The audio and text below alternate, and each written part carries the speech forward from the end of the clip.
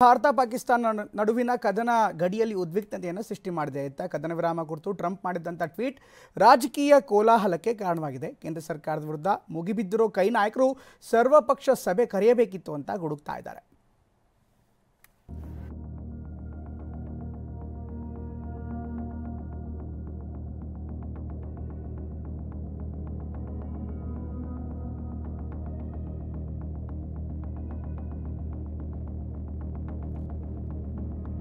ರಾಜಕೀಯ ಕಿಡಿ ಹೊತ್ತಿಸಿದ ಟ್ರಂಪ್ ಮಧ್ಯಸ್ಥಿಕೆ ವಿಚಾರ.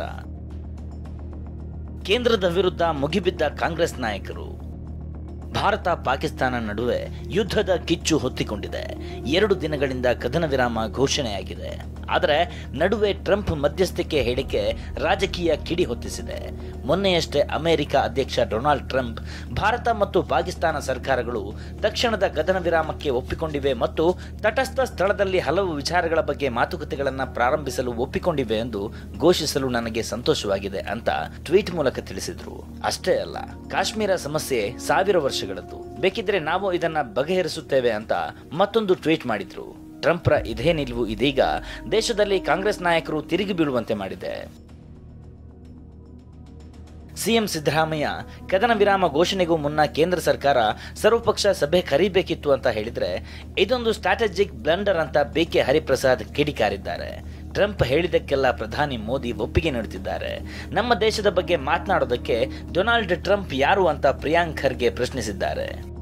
ಅವರು ಆಲ್ ಪಾರ್ಟಿ ಮೀಟಿಂಗು ಕರಿಬೇಕಾಗಿತ್ತು. ಬಿಫೋರ್ ದಿ ಸೀಜ್ ಫೈರ್ ಮಾಡೋಕ್ಕೆ ಮುಂಚಿತವಾಗಿ ಆಲ್ ಪಾರ್ಟಿ ಮೀಟಿಂಗು ಕರಿಬೇಕಾಗಿತ್ತು. ಜೊತೆಗೆ ಪಾರ್ಲಿಮೆಂಟ್ನು ಕೂಡ ಕರಿಬೇಕು. Because it's A very serious matter. Seize fire declare ಮಾಡಿದ್ದಾರೆ, 2 ದೇಶಗಳು ಒಪ್ಕೊಂಡಿದ್ದಾವೆ ಅಂತ ಹೇಳ್ತಾರೆ.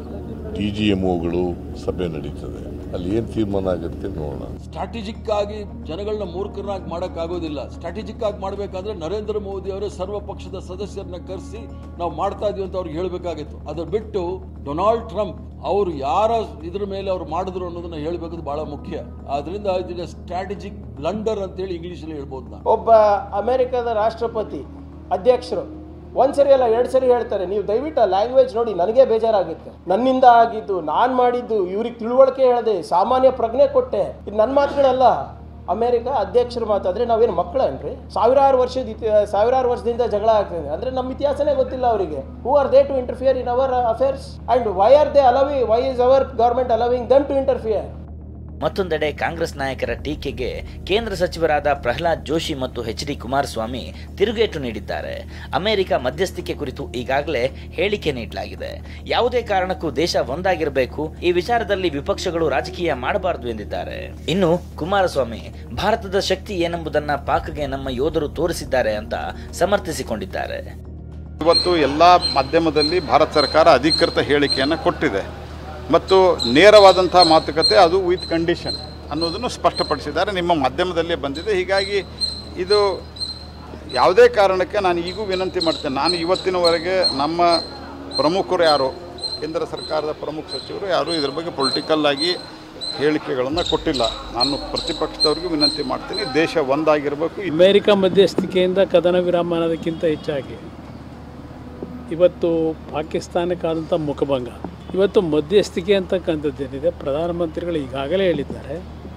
ಇಲ್ಲಿ ನಮ್ಮ ಪ್ರಶ್ನೆ POK ವಿಷಯದಲ್ಲಿ ನಾವು ಇಲ್ಲಿಯವರೆಗೆ ಯಾವುದೇ ಮಧ್ಯಸ್ಥಿಕೆಗೆ ಅವಕಾಶ ಕೊಟ್ಟಿಲ್ಲ, ಇವತ್ತು ಅಷ್ಟೇ. Bureau report TV9.